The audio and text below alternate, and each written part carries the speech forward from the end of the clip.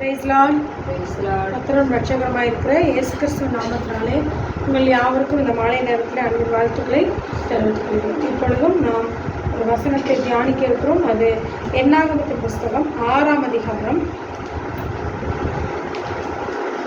23ஆம் வசனத்திலிருந்து 27ஆம் வசனம் வரைக்கும். என்னாகமம் 6ஆம் அதிகாரம் 23ஆம் வசனம் முதல் 27ஆம் வசனம் வரைக்கும். நீ ஆரோனோடும் அவன் குமாரனோடும் சொல்ல வேண்டியது என்னவென்றால் நீங்கள் இஸ்ரவேல் புத்திரரை ஆசீர்வதிக்கும் போது அவர்களை பார்த்து சொல்ல வேண்டியதாவது கர்த்தர் உன்னை ஆசீர்வதித்து உன்னை காக்க கடவர். கர்த்தர் தமது முகத்தை உன்மேல் பிரகாசிக்க பண்ணி தம்முடைய முகத்தை உன்மேல் பிரகாசிக்க பண்ணி உன்மேல் கிருபையாய் இருக்க கடவர். கர்த்தர் தம்முடைய முகத்தை உன்மேல் பிரசன்னமாக்கி உனக்கு சமாதானம் கட்டளையிட கடவர் என்பதே. இவ்விதமாய் அவர்கள் என் நாமத்தை இஸ்ரவேல் புத்திரர் மேல் கூற கடவர்கள். அப்பொழுது நான் அவர்களை ஆசீர்வதிப்பேன் என்று சொல் என்றார். மோசே கிட்ட சொல்றார் ஆண்டவர். ஆரோனை என்ன பண்றாங்க? ஆசாரியனாக அந்த சபைக்கு ஒரு ஊழியக்காரனாக பிரதிஷ்டை பண்றாங்க. இப்ப எல்லாரும் எங்க வருவாங்க? ஆரோன் கிட்ட வருவாங்க. அப்படி ஆரோன் கிட்ட ஒவ்வொரு காரியத்துக்கு வரும் பொழுது நீ எப்படி அந்த ஜனங்களை ஆசீர்வதிக்க வேண்டும் அப்படின்னு சொல்லி சில காரியங்களை ஆரோனுக்கு சொல்லி கொடு அப்படின்னு சொல்லி ஆண்டவர் என்ன பண்றாரு? மோசேயிடம் சொல்றாரு. அப்போ மோசே ஆரோனையும் அவனுடைய குமாரன்கிட்டையும் சொல்றாரு, நீங்கள் இஸ்ரவேல் புத்திரரை ஆசீர்வதிக்கும் போது அவர்களை பார்த்து நீங்க சொல்லணும். என்ன சொல்லணும்? கர்த்தர் உன்னை ஆசீர்வதித்து உன்னை காக்க கடவர். கர்த்தர் தம்முடைய முகத்தை உன்மேல் பிரகாசிக்க பண்ணி உன்மேல் கிருபையா இருக்க கடவர். அதுக்கப்புறம் என்ன சொல்ற? சமாதானம் கட்டளையிடுவர். அப்போ இந்த வசனத்தை 4 பகுதிகளாக பிரிக்கும்படியாக கர்த்தர் கிருபை செய்தார். அல்லேலூயா. ஆண்டவர் ஒரு மனுஷனை சும்மா ஆண்டவான்னு சொல்லி என்ன பண்றதில்ல, கூப்பிடுறதில்ல. சும்மா ஏதோ வந்தோம் போனோம் அப்படின்னு இல்லை. நம்ம ஆண்டவர் சமூகத்துக்கு வரோம், ஆண்டவரத்துல வரோம் அப்படின்னா ஆண்டவர் 4 விதமான காரியங்களை நமக்கு செய்யணும்னு விரும்புறாரு. முதல்ல நம்மளை ஆசீர்வதிக்கணும்னு விரும்புறாரு. 2வது நம்மளை காக்கிறவராக இருக்கிறார். அதில் ஆசீர்வதிக்கிறவராக இருக்காரு, 2வது காக்கிறவராக இருக்காரு, 3வது நம்ம மேல கிருபையா இருக்கிறவராக இருக்கிறாரு, 4வது நமக்கு சமாதானம் கட்டளையிடுகிறவராக இருக்கிறார். யார் ஒருத்தர்னாலும் தேவ சமூகத்துக்கு வரும் பொழுது ஏதாவது ஒன்று விரும்பிதான் என்ன பண்றாங்க? வர்றாங்க. ஒரு ஆசீர்வாதம் வேணும், ஒரு சுகம் வேணும், ஒரு பாதுகாப்பு வேணும், ஒரு இரக்கம் வேணும், ஒரு சமாதானம் வேணும். இன்னைக்கு ஜனங்கள் இதை தேடிதான் என்ன பண்றாங்க? அலைந்து திரிகிறாங்க. எங்க சமாதானம் கிடைக்கும்? யார் நம்ம மேல இறக்க வைப்பாங்க? எங்க நம்ம பாதுகாப்பா இருக்க முடியும்? எப்படி நம்ம ஆசீர்வதிக்கப்பட முடியும்? இப்படிதான் ஜனங்கள் என்ன பண்றாங்க? இந்தந்த காரியங்களுக்காக அங்க எங்கேயும் அலைகிறாங்க. அப்படி ஜனங்கள் வரும் பொழுது இயேசுவின் நாமத்தை சொல்லி, கர்த்தருடைய நாமத்தை சொல்லி நீங்க அவங்களை ஆசீர்வதிக்கணும். அப்பொழுது நான் அவங்களை ஆசீர்வதிப்பேன்னு சொல்லி சொல்றாங்க. அல்லேலூயா. அப்ப தேவன் நம்மளை ஆசீர்வதிக்கணும்னு விரும்புறாங்க. அல்லேலூயா. பாருங்க, என்னாகமத்தின் புஸ்தகம் 24ஆம் அதிகாரம் 1 வசனத்துல எழுதப்பட்டிருக்கிறது, இஸ்ரவேலை ஆசீர்வதிப்பதே கர்த்தருக்கு பிரியம். அல்லேலூயா. பிழையாம் அப்படிங்கிற தீர்க்கதரிசிய என்ன பண்றாங்க? ஒருத்தன் பாலாக் ராஜாவா அவன் என்ன பண்றான்? கூலி பொருத்தி கொண்டு கூட்டிட்டு போய் இஸ்ரவேலை சபிச்சிரு அப்படிங்கிற. எங்க போய் சபிச்சாலும், எங்க போய் நின்னாலும் அவனால என்ன பண்ண முடியல? சபிக்க முடியல. அந்த மலையில்னா நீ சபிச்சாரலாம் அப்படின்னு போய் அங்க நிறுத்தினா அங்கேயும் ஆசீர்வாதத்தை தான் சொல்றான். இந்த மலையில போய் நின்று சொன்னேன்னா ஒருவேளை கர்த்தர் அவங்களை சபிப்பார். யாரு? இஸ்ரவேல் ஜனங்களை அப்படின்னு சொல்லிட்டு இந்த ராஜா என்ன பண்றான்? அந்த தீர்க்கதரிசியை கூலி பொருத்தி கூட்டிட்டு போய் நிறுத்தி சபிக்க வைக்கிறான். ஆனா எங்க போய் நின்னாலும் இஸ்ரவேலை பார்த்து என்ன பண்றாரு? ஆசீர்வதிக்க. அப்போ பிலேயாம் இஸ்ரவேலை ஆசீர்வதிப்பதே கர்த்தருக்கு பிரியம் என்று கண்டு கொண்டான் என்று வசனம் எழுதப்பட்டிருக்கு. அப்ப தேவன் நம்மளை ஆசீர்வதிக்கிற தேவனாக இருக்கிறார். அல்லேலூயா. ஆதாமையும் ஏவாளையும் அவர் படைத்து என்ன பண்றாரு? அவர்களை ஆசீர்வதிக்கிறார். அல்லேலூயா. அவர்கள் பாவம் செய்து மறுபடியும் ஜலப்பிரளயம் வந்து உலகம் அழிக்கப்பட்டு நோவாவுக்கு அவனுடைய கண்களில் கிருபை கிடைக்குது. நோவாவே என்ன சொல்றாரு? நீ உங்களை ஆசீர்வதிக்கிறேன்னு சொல்றாரு. அதுக்கப்புறம் ஆபிரகாம் அழைக்கிறார், அவங்களையும் ஆசீர்வதிக்கிறேன். ஈசாக் ஆசீர்வாதம், யாக்கோப் ஆசீர்வாதம், தாவீது ஆசீர்வாதம், எல்லாரையுமே ஆசீர்வதிக்கிறவராக தான் இருக்கிறார். அல்லேலூயா. சங்கீதம் 29 கடைசி வசனம் சொல்லப்பட்டிருக்கிறது, கர்த்தர் தமது ஜனத்திற்கு பலன் கொடுப்பார், கர்த்தர் தமது ஜனத்திற்கு சமாதானம் அருளி அவர்களை ஆசீர்வதிக்கிறார். அப்போ ஆசீர்வதிக்கணும் அப்படிங்கிறதா கர்த்தருடைய நோக்கம். நம்ம மேல வைத்திருக்கிற நோக்கம் என்ன? நம்மளை ஆசீர்வதிக்கணும்னு சொல்லி. ஆனா ஏன் நம்ம அந்த ஆசீர்வாதத்தை பெற்றுக்கொள்ள முடியல அப்படின்னா, உபாகமத்தின் புஸ்தகம் 22ஆம் அதிகாரம் 2வது வசனத்தை வாசிங்க. உபாகமம் 28 2வது வசனத்தை வாசிங்க. 28ஆம் அதிகாரம் 2வது வசனம். உன் தேவனாகிய கர்த்தரின் சத்தத்துக்கு செவி கொடுக்கும் போது, உன் தேவனாகிய கர்த்தரின் சத்தத்துக்கு செவி கொடுக்கும் பொழுது சொல்லப்படும் ஆசீர்வாதங்கள் எல்லாம், இப்பொழுது சொல்லப்படும் ஆசீர்வாதங்கள் எல்லாம் உன்மேல் வந்து உனக்கு பலிக்கும். நீ உன் தேவனாகிய கர்த்தரின் சத்தத்துக்கு செவி கொடுக்கணும். அல்லேலூயா. இன்னைக்கு நம்ம என்ன பண்றோம்னா பாருங்க, இப்போ வந்து நம்மளுடைய குரூப்ல வந்து பைபிள் ஸ்டடி போயிட்டு இருக்கு. பைபிள் ஸ்டடினா டெய்லியும் வேதாகமத்தை ஒரு வருஷத்துக்குள்ள படிக்கணும்னு சொல்லி ஒரு அட்டவணை போட்டு நாங்கள் என்ன பண்ணிட்டு இருக்கோம், டெய்லி இந்த அதிகாரங்களை படிங்கன்னு சொல்லி படிக்கும் பொழுது லேவியராகமத்து புஸ்தகத்துல இவ்வளோ கமாண்ட்மெண்ட்ஸ், அதாவது கட்டளைகளை கொடுக்குறாரு. இப்படி செய், இப்படி செய், இதை செய், இதை பண்ணாத, இப்படி இரு, இப்படி வாழு, இப்படி உடுத்து, இப்படி உடுத்தாத, இங்கே போ, அங்கே போகாது, இப்படி பல கட்டளைகளை எல்லாம் கொடுத்து இதெல்லாம் கை கொள்ளணும்னு சொல்றாரு.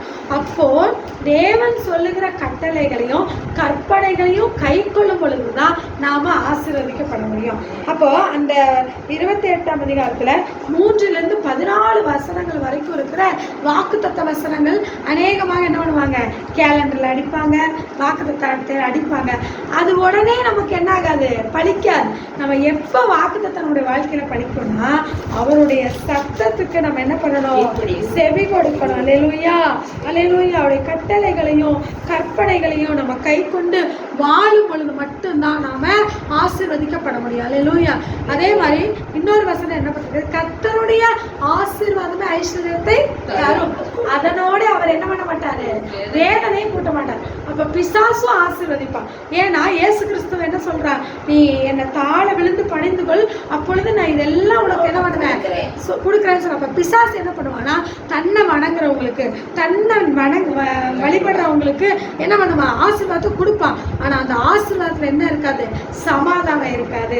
ஆனா கர்த்தருடைய ஆசீர்வாதம் ஐஸ்வர்யத்தை தரும், அதனோடு வேதனையை கூட்ட மாட்டார். அப்ப தேவனுடைய கரத்திலிருந்து பெற்றுக்கொள்ளுகிற ஆசீர்வாதமா இல்ல பிசாசு கொடுக்கிற ஆசீர்வாதமான்னு சொல்லி நம்முடைய ஆசீர்வாதத்தை குறித்து நம்ம என்ன பண்ணணும், ஜாக்கிரதையா இருக்கணும். அல்லேலூயா. ஆசீர்வாதமும் வருது, கூட பிரச்சனையும் வருது, போராட்டமும் வருது, கண்ணீர் வருது, வியாதி வருது, துக்கம் வருது. அப்படின்னா நம்ம தெரிஞ்சுக்கணும், இந்த ஆசீர்வாதம் கர்த்தரால உண்டானது அல்ல. அல்லேலூயா. அவர் உன் அப்பத்தையும் தண்ணீரையும் ஆசீர்வதிப்பார், வியாதியை உன்னிலிருந்து விளக்குவேன்னு சொல்றாரு. அல்லேலூயா. நம்முடைய அப்பத்தையும் தண்ணீரையும் அவர் ஆசீர்வதிக்கிறார். அல்லேலூயா. அப்ப இஸ்ரவேலை ஆசீர்வதிப்பதே கர்த்தருக்கு பிரியம். நம்மளை ஆசீர்வதிக்கணும்னு ஆண்டவர் விரும்புறார். ஆனா அவருடைய கட்டளைகளையும் கற்பனைகளையும் நாம் கை கொண்டு வாழும் பொழுது கர்த்தர் நம்மை ஆசீர்வதிப்பார். இரண்டாவதாக பார்க்கும் பொழுது கர்த்தர் நம்மை காக்கிறவர். அல்லேலூயா. ஆண்டவர் நம்மளை பாதுகாக்கிற தேவனாக இருக்கிறார். அல்லேலூயா.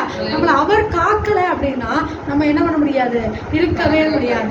பகலிலே வெயிலாகிலும் இரவிலே நிலமாகிலும் உன்னை சேதப்படுத்தாது. கர்த்தர் உன் ஆத்துமாவை காப்பார், கர்த்தர் உன்னை எல்லா தீங்குக்கும் விலக்கி காப்பார், கர்த்தர் உன் போக்கையும் வரத்தையும் இது முதல் கொண்டு காப்பார். கர்த்தர் நகரத்தை காவாராகில் காவலாளர் விழித்திருப்பது அல்லேலூயா. போக்கை வரத்தையும் காப்பார், ஆத்துமாவை காப்பார், எல்லா தீங்குக்கும் விலக்கி காப்பார், பட்டணத்தை காப்பார், நம்ம வீட்டை காப்பார், நம்முடைய பிள்ளைகளை காப்பார். அல்லேலூயா. அவர் உண்மையை காக்கிறவர். அல்லேலூயா, அல்லேலூயா. அவர் என்ன பண்றாருமா? சங்கீதம் 146 இருக்கிற வசனம், அவர் உண்மையை காக்கிறவர். அல்லேலூயா. அவர் நமக்கு பண்ணின வாக்கு தத்தங்களை காக்கிறவர். அல்லேலூயா. ஒரு மனுஷன் ஒரு வார்த்தையை சொல்லி அதை நிறைவேற்ற நம்ம என்ன சொல்லுவோம்? இவெல்லாம் சொல்றான் ஆனா செய்யறதுலாம் இல்லை. ஆனா தேவன் சொல்லியும் செய்யாதிருப்பாரோ? அவர் தம்முடைய வாக்கு தத்துவம் உண்மையுள்ளவராக இருக்கிறார். அவர் தம்முடைய உண்மையை காக்கிறவராக இருக்கிறார். அல்லேலூயா. வெறுமனே நம்முடைய நமக்கு சரீர பாதுகாப்புக்கு மட்டும் அல்ல, நம்ம ஒவ்வொரு நாளும் நம்முடைய வார்த்தையினாலே போஷிக்கிற தேவனாக இருக்கிறார். அல்லேலூயா. நம்முடைய ஆவியினாலே நம்மளை நடத்துகிறவராக இருக்கிறார். அல்லேலூயா. இஸ்ரவேல் ஜனங்களை ஆண்டவர் வழி நடத்தி கொண்டு வரும் பொழுது அவங்களுக்கு முன்னாடி என்ன இருந்துச்சு? வனாந்திரம் இருந்துச்சு, செங்கடல் இருந்தது, பாலைவனம் இருந்தது, யோர்தான் இருந்தது, எரிகோ இருந்தது, கிர்காசியர் இருந்தாங்க, எபூசியர் இருந்தாங்க, அல்லேலூயா, கானானியர் இருந்தாங்க, எமோரியர் இருந்தாங்க. இவ்வளவு பெரிய ஜாதிகள் இருந்தாலும் கர்த்தர் அவர்களை காத்தாரா இல்லையா? அல்லேலூயா. அவர்களை காப்பாற்றினார். அல்லேலூயா. அவங்களை காப்பாற்றி அவர்களை கொண்டு வந்து அவர் வாக்குத்தத்தம் பண்ணின தேசத்துல நாட்டு வரைக்கும் அவங்களை என்ன பண்ணல? கைவிடவே இல்லை. அல்லேலூயா. நம்மளையும் ஆண்டவர் என்ன பண்ணுவாரு? காக்கிறவராக இருக்கிறார். அல்லேலூயா. நமக்கு ஆண்டவருடைய பாதுகாப்பு ரொம்ப முக்கியம். அல்லேலூயா. கர்த்தர் நகரத்தை காவாராக, காவலாளர் விருத்திருப்பது. அல்லேலூயா. இன்னைக்கு இஸ்ரேல் நாட்டுல பாத்தீங்கன்னா அயன்டோம் சிஸ்டம் ஒன்று வச்சிருக்காங்க. என்ன பண்ணுவாங்க? அயன்டோம் வெளியில இருந்து வருகிற ஏவுகணைகள் எல்லாம் வானத்திலே அழித்து தாக்குகிறது. அந்த ஞானத்தை கொடுத்தவர் யார்? ஆண்டவர் தான். அல்லேலூயா. வேற எங்கேயுமே இந்த சிஸ்டம் இல்லை, இஸ்ரேல்ல மட்டும்தான் இருக்கிறது. கர்த்தர் தம்முடைய ஜனங்களை காக்கிறவராக இருக்கிறார். அல்லேலூயா. நம்மை ஆண்டவர் காக்கிறவராக இருக்கிறார். அல்லேலூயா. அவர் பறந்து காக்கிற பட்சியை போல நம்ம என்ன பண்றாராமா? பாதுகாக்கிறவராக இருக்கிறார். அல்லேலூயா. பட்சி எப்படி இருக்கும்? ஒரு கோழி குஞ்சு பறிச்சுன்னா பக்கத்துல என்ன பண்ண முடியாது? போக முடியாது. அல்லேலூயா. ஒரு நாய் குட்டி போட்டுச்சுன்னா பக்கத்துல போக முடியுமா? போக முடியாது. ஒரு காக்கா குஞ்சு அந்த கூடு கட்டிக்கிற இடத்துல நீங்க போய் பாருங்க, பயங்கரமா கத்த ஆரம்பிச்சிடும். அல்லேலூயா. அப்ப பறந்து காக்கிற பட்சியை போல நான் என்ன பண்ணுவேன்? எருசலேமின் மேல் ஆதரவாய்ப்பேன் சொன்ன தேவன் நம்மை காக்கிறவராக இருக்கிறார். அல்லேலூயா. அல்லேலூயா. நம்மை காக்கிற தேவன் உறங்குவதும் இல்லை, தூங்குவதும் இல்லை. அல்லேலூயா. பாருங்க, நிறைய செக்யூரிட்டிஸ் எல்லாம் நம்ம பார்ப்போம். அவங்க என்ன பண்ணுவாங்க? போட்டு வச்சிருந்தாலும் அவங்க என்ன பண்ணுவாங்க? தூங்கிட்டு தான் இருப்பாங்க. ஆனால் கர்த்தர் நம்மளை காக்கிறவர். அவர் உறங்குவதும் இல்லை, தூங்குவதும் இல்லை, இரவும் பகலும் கண்ணோக்கமாக இருந்து நம்மை காக்கிறவராக இருக்கிறார். ஆக முதலாவது தேவன் நம்மை ஆசீர்வதிக்கிறவர், இரண்டாவது தேவன் நம்மை காக்கிறவர், மூன்றாவது நம்மேல் கிருபையாய் இருக்கிறார். ஆண்டவர் நம்ம மேல் என்ன பண்ணியிருக்கிறாருமா? கிருபையுள்ளவராக இருக்கிறார், இரக்கமுள்ள தேவன். அல்லேலூயா. அல்லேலூயா. மோசே அழைக்கும் போது சொல்றாரு, என் கண்களில உனக்கு கிருபை கிடைத்தது. அந்த கிருபை எங்கேயாவது விளக்குனாரா? இல்ல. மரண பரியந்தம் அந்த கிருபை அந்த மனுஷனை தொடர்ந்து வந்தது. அல்லேலூயா. அவருடைய சவத்தை கூட எடுத்து ஆண்டவர் என்ன பண்ணாரு? அடக்கம் பண்ணினார். அல்லேலூயா. யாரும் வந்து அங்க என்ன பண்ணல? மோசேவை அடக்கம், நீ மலை மேல ஏறி வா அப்படின்னு சொன்ன மோசே மேலே போயிட்டாரு. அப்போ அங்க இறந்துடுறாரு. ஆண்டவரே அடக்கம் பண்றாரு. ஒரு மனுஷனுடைய மரணம் வரைக்கும் தேவனுடைய கிருபை என்ன பண்ணுது? நடத்தினதை நம்ம பார்க்கிறோம். வனாந்திரத்துல கூப்பிட்டார், மோசே நீ வா, என் ஜனங்களை விடுதலை செய் அப்படின்னு சொல்லி கூப்பிடும் பொழுது, ஆண்டவரே எதனால உங்களுடைய கண்கள்ல எனக்கு கிருபை கிடைச்சதுன்னு சொல்லி நீங்க எனக்கு விளங்கப்படுங்க அப்படின்னு சொல்லி கேட்டுட்டு, நீங்க எங்க கூட வந்தாதான் அந்த கிருபை உண்மையான கிருபைன்னு எங்களால புரிந்து கொள்ள முடியும் அப்படின்னு சொல்லி கர்த்தரிடத்துல கேட்ட அந்த மோசே, அல்லேலூயா, அல்லேலூயா, அதன்படி தேவன் அந்த கிருபையை விளக்கவே இல்லை. அல்லேலூயா, அல்லேலூயா. அந்த கிருபையை தொடர்ந்து யோசுவா கூட வைத்திருந்தார். அந்த கிருபை தொடர்ந்து இஸ்ரவேல் ஜனங்களுக்குள்ள இருந்தது. இன்னொரு இடத்துல பார்க்கிறோம், தாவீதுக்கு அருளின நிச்சயமான கிருபைகளை நான் உங்களுக்கு அருளுவேன்னு சொல்லியிருக்கார். ஏசாயா தீர்க்கதரிசி புஸ்தகம் 55ஆம் அதிகாரம், அல்லேலூயா, 3ஆம் வசனத்துல எடுக்க வேண்டாம், கவனிங்க. தாவீதுக்கு அருளின நிச்சயமான கிருபைகளை என்ன பண்ணல? அருளுகிறேன்னு சொல்லுங்க. தாவீதுக்கு சொல்றாரு, கிருபை உன்னோட சந்ததியை விட்டு என்னது? விலகவே விலகாது, அவன் மேல கிருபையா இருப்பேன்னு சொல்றாரு. இன்னும் 54 ஏசாயால சொல்றாரு, நித்திய கிருபையுடன் உனக்கு நான் இறங்குவேன்னு சொல்றாரு. சங்கீதம் 138 சொல்லியிருக்கிறது, கர்த்தருடைய கிருபை என்றும் உள்ளது. அல்லேலூயா. சங்கீதம் 136 தாழ்வில் நம்மை நினைத்தவரை துதியுங்கள், அவர் கிருபை. அல்லேலூயா. நாம் நிற்பதும் நிர்மூலம் ஆகாதிருப்பதும் அவருடைய சுத்த கிருபை. அல்லேலூயா. அவைகள் எப்படி இருக்கிறதாமா? காலைதோறும் புதிதாக இருக்கிறது. நேற்றைய தினத்தின் கிருபை அல்ல, நாளைக்குரிய கிருபை அல்ல, இன்னைக்கு என்ன கிருபையோ அதை கர்த்தர் நமக்கு தருகிறவராக இருக்கிறார். அதே போல பவுலை பார்த்து சொல்றாரு 2 கொரிந்தியர் 12:9, என் கிருபை உனக்கு ஒரு போதுமான கிருபை, நம்மை அழியாமல் பாதுகாக்கிற ஒரு கிருபை. மலைகள் விலகினாலும் பர்வதங்கள் நிலை பெயர்ந்தாலும் என் கிருபை உன்னை விட்டு விலகாமலும் என் சமாதானத்தின் உடன்படிக்கை உன்னை விட்டு நிலை பெயராமலும் இருக்கும்னு சொன்ன கிருபை. அல்லேலூயா. தாழ்வில் நம்ம நினைத்த கிருபை. அல்லேலூயா, அல்லேலூயா, அல்லேலூயா. இப்படிப்பட்ட கிருபைகளை நமக்கு கொடுக்கிற ஆண்டவர், இந்த ஆண்டவர் நாமத்தினாலே அந்த ஜனங்களை ஆசீர்வதின்னு சொல்லி ஆண்டவர் சொல்றார். இன்றைக்கும் நமக்கு கிருபை மனுஷர்கிட்ட கிடைக்காம இருக்கலாம், மனுஷர் மேல கிருபையா இல்லாம இருக்கலாம், ஆனா தேவனுடைய கிருபை எந்நாளும் உள்ளது. அல்லேலூயா, அல்லேலூயா. கர்த்தரை துதியுங்கள், அவர் நல்லவர், அவர் கிருபை. கர்த்தரை துதியுங்கள், அவர் நல்லவர், அவர் கிருபை என்றும் உள்ளது. அவர் என்ன பண்ண மாட்டாரு? கிருபையை எடுத்து போடவே மாட்டார். அல்லேலூயா. அடுத்ததாக இறுதியாக நம்ம பார்க்கிறோம், அவர் சமாதானம் கட்டளையிடுகிறவராக இருக்கிறார். அல்லேலூயா. இன்னைக்கு நிறைய பேருக்கு என்ன இல்லை, உலகத்துல சமாதானம் இல்லை. ஆனா தேவன் நமக்கு என்ன பண்றாருமா? சமாதானத்தை கொடுக்கிறவராக இருக்கிறார். என்ன சொல்றாரு? அவர் சமாதான பிரபுவாக இருக்கிறார். அல்லேலூயா. சமாதான பிரபு. அவருடைய நாமங்களில் ஒன்று என்னது? சமாதான பிரபு. ஏசாயா 9:6 இருக்கிறது. அவர் நாமம் என்னது? அதிசயமானது, ஆலோசனை கர்த்தா, நித்திய பிதா, வல்லமையுள்ள தேவன், சமாதான பிரபு. அல்லேலூயா. அவர் பிறந்து என்ன சொல்றாங்க? பூமியிலே சமாதானம் உண்டாக்குறதுன்னு சொல்றாங்க. இந்த உலகத்துல சமாதானம் இல்லாம வாழ்கிற ஜனங்களுக்கு தன்னுடைய சமாதானத்தை அவர் கொடுக்கிறவராக இருக்கிறார். யோவான் சுவிசேஷம் 14:27 சொல்லப்பட்டிருக்கிறது, என்னுடைய சமாதானத்தை நான் உங்களுக்கு தருகிறேன். என்னுடைய சமாதானம் என்ன? அவருக்குள்ள ஏதாவது கலக்கம் இருக்கா? அவருக்குள்ள ஏதாவது பயம் இருக்கா? அவருக்குள்ள ஏதாவது திகில் இருக்கா? ஏன்னா அவர் சமாதானத்தின் பிரபு. கொலேசியர் புஸ்தகம் 2 அதிகாரம் 20 சொல்லியிருக்காரு, தான் சிந்தின ரத்தத்தினாலே நமக்கு என்ன பண்ணாராமா? அல்லேலூயா, அல்லேலூயா. அவர் தாம் சிந்தின ரத்தத்தினாலே நமக்கு என்ன பண்ணாரு? சமாதானத்தை கொடுத்தார். அல்லேலூயா, அல்லேலூயா. ஏசாயா 66:12 சொல்லப்பட்டிருக்கிறது, சமாதானத்தை நதியை போல நான் என்ன பண்ணுவேன்? பாயும்படி செய்வேன்னு சொல்லி ஆண்டு நமக்கு வாக்குறுத்திருக்கிறார். ஒரு நதி போகும் பொழுது என்ன இருந்தாலும் அடிச்சுட்டு அப்படியே போயிட்டே இருக்கும். எத்தனை கல் பாறை என்ன இருந்தாலும் அது எங்கேயாவது நிற்குமா? போயிட்டே இருக்கும். வாழ்க்கையில பிரச்சனை இருக்கும், போராட்டம் இருக்கும், கஷ்டம் இருக்கும், வியாதி இருக்கும், என்ன இருந்தாலும் சமாதானம் இருக்கும். பாருங்க, இந்த வசனத்தை தியானிக்கும் பொழுது ஆண்டவர் எனக்கு ஒரு காரியத்தை பேசினாரு. பாருங்க, பல நாட்களாக குழந்தை இல்லாம அண்ணாள் போய் தேவ சமூகத்துல உட்கார்ந்து அழுது புலம்பி கண்ணீர் வடித்து மனதை ஊற்றி ஜெபித்து கொண்டிருக்கிறான். அப்போ எடுத்தோடனே ஏலி என்ன சொல்றாரு? 1 சாமுவேல் 1:17 நீ சமாதானத்துடனே முதல்ல உனக்கு என்ன தேவை? சமாதானம். அதுக்கப்புறம் சொல்றாரு, நீ இஸ்ரவேலின் தேவனாகிய கர்த்தரிடத்தில் கேட்டு உன் விண்ணப்பத்தின்படியே அவர் உனக்கு கட்டளை. அப்ப ஜெபத்துக்கு பதில் வர்றதுக்கு முன்னாடி என்ன வரும்? சமாதானம்.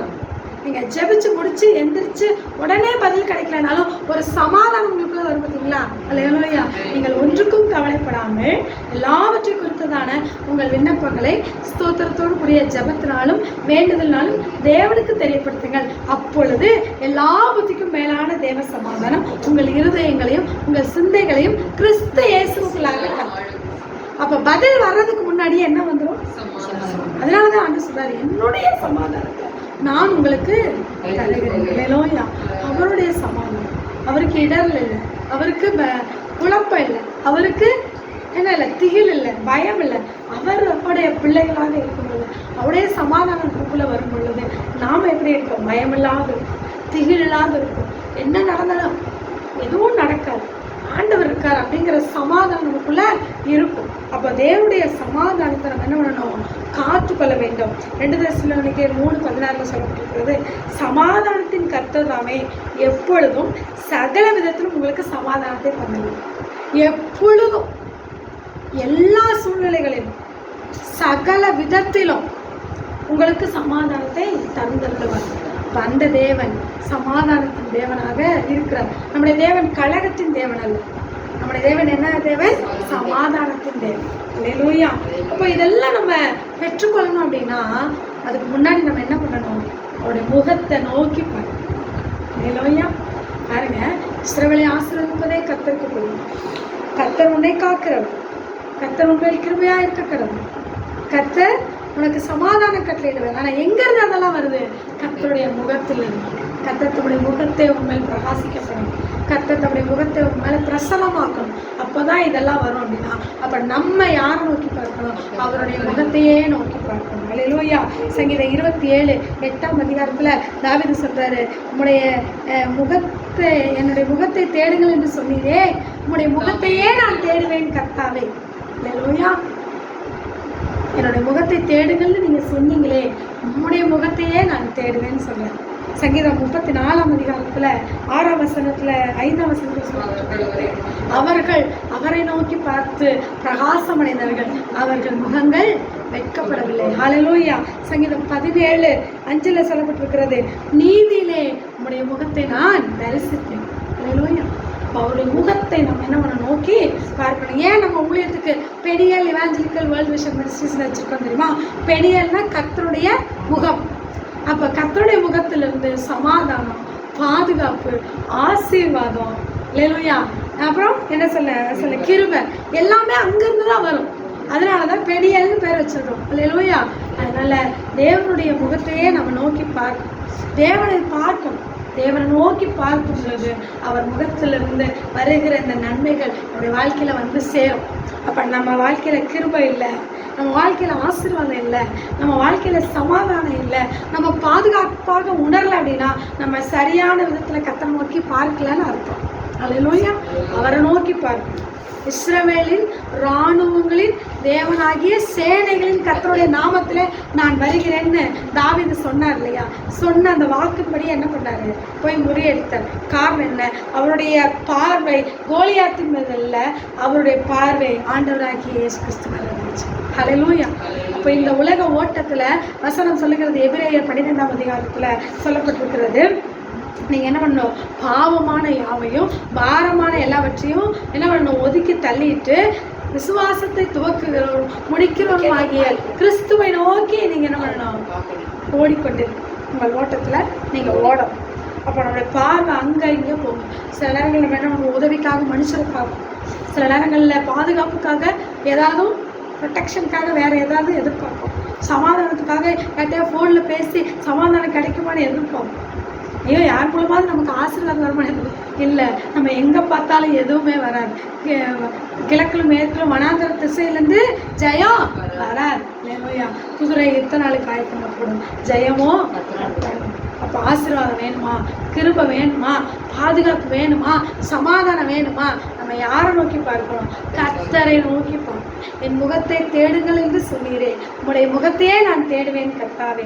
நீதியில உங்களுடைய முகத்தை நான் என்ன பண்ணுவேன்? தரிசிப்பேன். அல்லேலூயா. இப்படிப்பட்ட காரியங்களை நம்ம செய்யும் பொழுது கர்த்தர் நம்முடைய, இப்பொழுது எடுத்து வாசிக்கலாம், என்னாகமம் 6 அதிகாரத்தில் அதில் 3 வசனங்களை மட்டும் என்னோடு சேர்ந்து நீங்கள் வாசிங்க.